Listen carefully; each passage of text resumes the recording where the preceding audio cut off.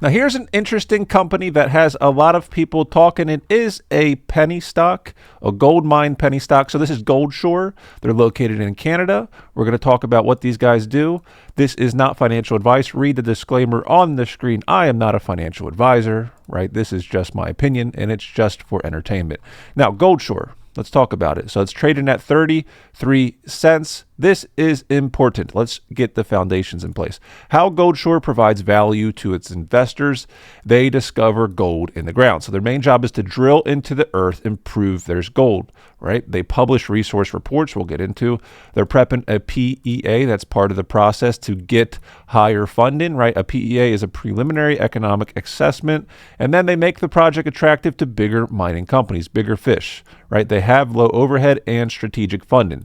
This is Goldshore advancing Canada's next Tier 1 gold asset. Why do they call it Tier 1? Why do they call it Tier 1 jurisdictions? Because in Canada, it's easy to, mine gold, right? Opposed to someplace in a different country. So Canada has good laws around this. Now, if you look at this chart right here, let's take a second to look. Do you see this red lake over here? So this is the map, right? Here's a map.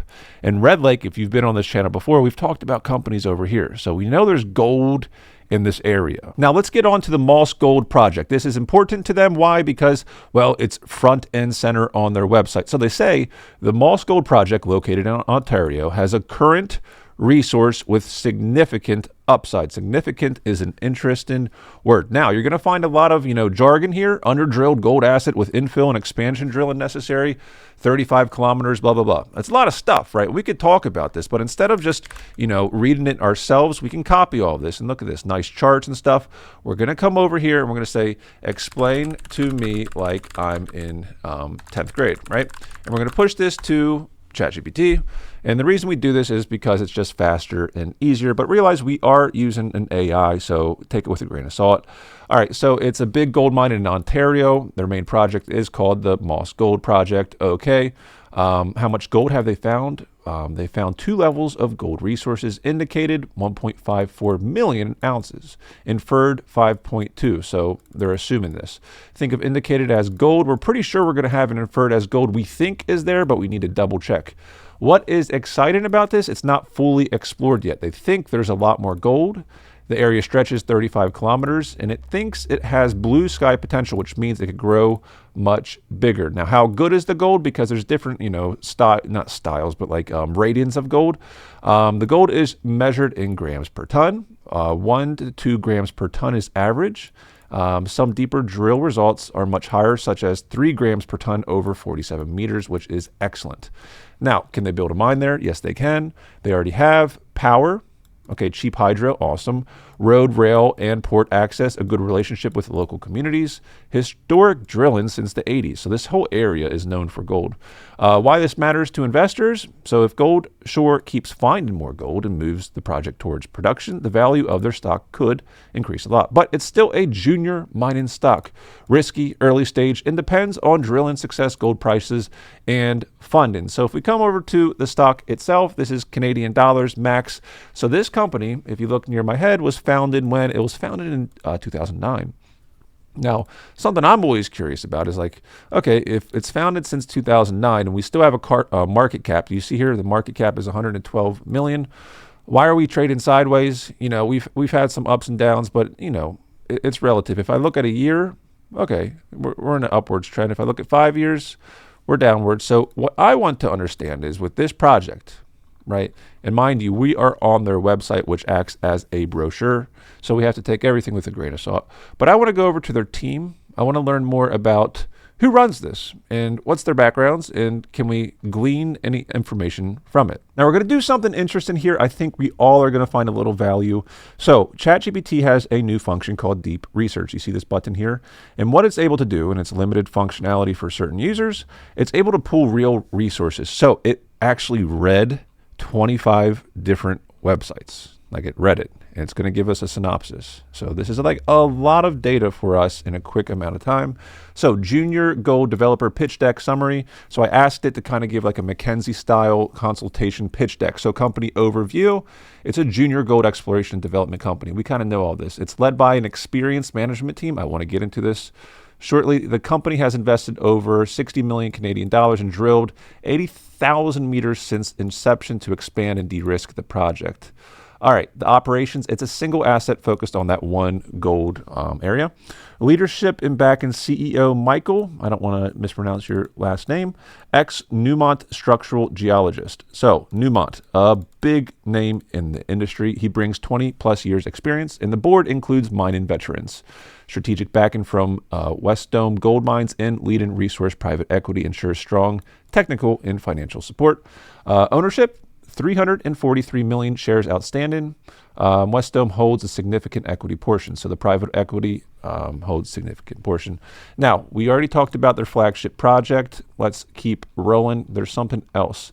All right, so because ChatGPT said this is like a McKinsey-style pitch deck, it's going to say, why is it compelling now? So Goldshore Resources offers a compelling blah, blah, blah due to combination of large growing gold resource, upcoming economic milestones, and evaluation that appears attractive to relative to peers. In other words, this might be underpriced relative to the peers.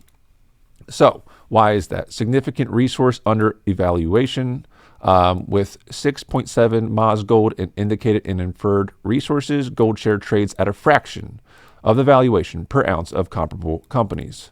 Okay, the market cap is only 113 million Canadian dollars, which is well below peers like Snowline Gold. Now, Snowline Gold is a company we talked about earlier in this channel. Go check them out. I think they're neighbors. Oh, they're close to neighbors. I think they're in the same general vicinity.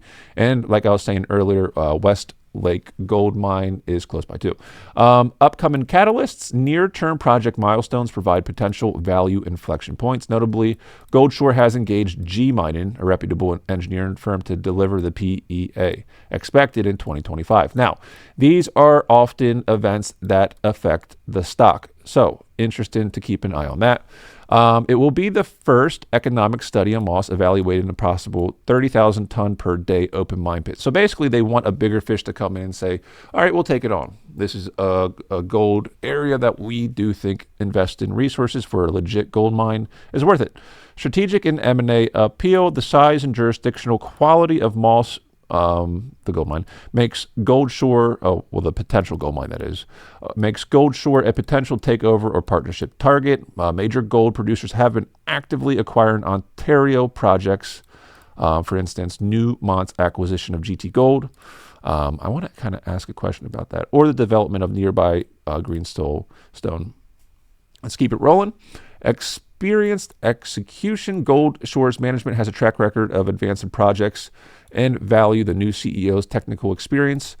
Discovering experience at Newmont and others is being applied to. So they have a good team, right? Favorable gold market dynamics. Well, we know that because gold is up in price. It's going to give us some information in summary. Yeah, fine. Competitive landscape, junior gold peers. We talked about this, I think it was in the previous video, right? Check this one out. This one's interesting, West Red Lake Gold Mines, because they just bought a whole gold mine, like actual gold mine for $6 million, or I don't know if it was Canadian dollars. All right, competitive advantages, permitted infrastructure. So are they saying, let's just see here. It sits among a field of Canadian junior gold developers, explorers, each with a different strengths. Below is a comparison of Goldshore's to a few notable peers. So the advantage they have on these guys, permitted infrastructure and near-term cash flow, very high grades. Drawbacks, smaller overall resource and shorter mine life. West Red Lake's enterprise value is much higher than Goldshore's, reflecting its production-ready status. In other words, there's already mine here. There's already a mine here. So we're not comparing apples to apples if we talk about West Lake Gold Mine versus what we're talking about here, Goldshore Resources. Another one is Moneta Gold. Let's see what it says. Competitive advantage, enormous scale, and economically robust PEA on the books. So these guys already have a PEA on the books. The drawbacks, in compared to Goldshore Resources, is lower average grades. So 1 gram per ton open pit, very high capex, and long development timeline. Okay, the upside, if Goldshore can demonstrate strong economics. So despite its size, Montana is only 130 million market cap, implying a 10 ounce gold evaluation. Check this out. Let's take this here, and they're going to talk about Snowline Gold, which we have talked about on this channel as well. Oh, this is interesting. This is what I wanted to do. All right, so it's already doing this. So let's talk about valuation snapshot versus its peers. So Goldshore, 6.74 MAS, market cap. All right, so let's just focus on over here. $17 per ounce, right? Assumed ounces of gold in the land, right? Compared to West Lake or Red Lake Gold Mines has $100 per ounce pricing. But remember, there's a mine there. There's already a mine there. Montana has 10 ounce, and Snowline Gold already has 185 ounce exploration premium. All right. So risks and considerations: permitted and environmental. All right. They're in Canada, tier 1. Financial and dilution. Goldshore will require significant capital to develop a mine. The upcoming PEA will likely show an initial capex in the hundreds of millions of dollars. For context, Moneta's PEA capex was $500 million. As a junior, they cannot do the construction alone without substantial dilution of partnership. Interesting. Let's keep it going. Let's keep it going. Other technical bottom line. Goldshore presents a high reward opportunity built on a foundation of large gold resource in a premier location. The upcoming PEA and continued drilling success could rapidly advance the project's profile. All right, we should weigh the evaluation and growth potential against the technical and financial risks. So it seems like this is in an area with gold. They are, if we scroll back up to this chart, they are, surrounded by interesting projects that are trading at a higher dollar per ounce. Moneta seems to be the lowest, whereas Goldshore Resources, the topic of this video, is at 17 an ounce. But if they were to do the thing, maybe, just maybe, it would change. So, interesting proposition. I think this company is in a nice area, to say the least, with proven gold.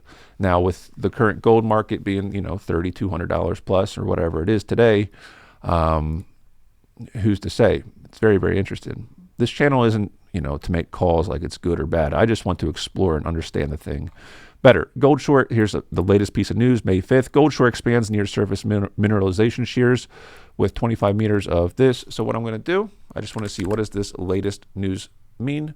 Let's come over here. Explain to me like I'm in 10th grade. I always say that because it just dumbs it down, right? I don't need jargon. Jargon's ridiculous. We don't need jargon in our life. All right, here's a simplified breakdown. All right, yes, we know this. Let's keep it rolling. What did they just find? They're doing a 10,000 meter winter drilling program. The latest hole they drilled, it hit 25 meters of rock with this much gold per ton. That's a pretty good stretch of gold bearing rock. Inside that, a smaller chunk, which is even richer. Another hole hit. So why does it matter? It's showing that more of the land has gold than previously thought. Okay, cool. What's the big picture? Goldshore already has over 6.7 million ounces of gold. This new drill suggests that could grow. Cool. What I want to know, right, we'll wrap up here, is when does the PEA happen likely? When will it be released? That's interesting to me. I just want to know when will the PEA be released, because it seems like that's the next step. However, recent analysis suggests that the PEA's release might be deferred to the third or fourth quarter of 2025. So let me know what you think. Tell me what you think in the comments. Goldshore, in a pretty interesting area, right? Moss Gold Project, surrounded by other areas that have proven gold, and they've proven gold is here. Do you think a bigger fish is going to come along and partner with them and actually build out a mine here? So thanks for watching. Check out the other videos. Please subscribe. This is a new channel. And yeah, I'll see you on the next one.